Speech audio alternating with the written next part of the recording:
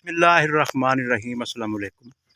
तो जी मेरे किसान भाईओ, मैं इस वक्त बीटी काटन दे खेत दे विच मौजूद हाँ। ते अल्हम्दुलिल्लाह बारिश एक बड़ी नेमत है, रहमत है। तो अल्लाह ताला ने रहमत कर दी है। तो बारिश तो बाद साडे जिहड़े कपाह दे फार्मर आ उन्हां नूं किद्दां दी एहतियाती तदाबीर इख्तियार करनी चाहिए कि कपाह की फसल लश ग्रीन रवे, इहदे ते किसी किस्म का कोई अटैक ना आवे, कोई इंसैक्टीसाइड भी ना आवे, कोई बर्निंग झलसाओ वगैरह भी ना आओ, मुरझाओ भी ना आवे। तो हुण की करना चाहिए सानूं? मैं तो यह कहांगा कि हुण सानूं ना देखो, बारिश तो बाद एक तो सब्ज़ तेले का अटैक बुरी तरह होंदा, और दूसरा जिहड़ा झलसाओ है ना, फंगस वगैरह, वो पत्ते खराब हो जाते, क्योंकि पत्ता ही एक फूड फैक्टरी है, ये ही सारा खुराक का अमल चलता वा।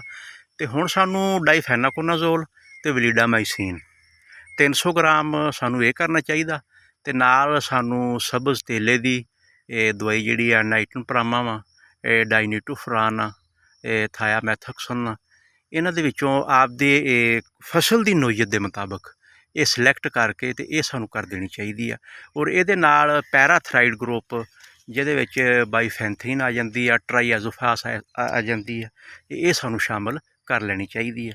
तो ये इंशाअल्लाह ताला गुलाबी सुंडी तो भी महफूज रहेगी, और सब्ज़ तेला और झलसाओ, इन्हां तिन्नां तो सानूं निजात मिल जाएगी। अगर तुसीं चाहते हैं कि फसल अच्छी और जिस तरह है वा लश ग्रीन रहे, तो फिर ये अमल पैरा करके आपकी कपाह की फसल नूं अच्छा और मौसर बना सकते हैं।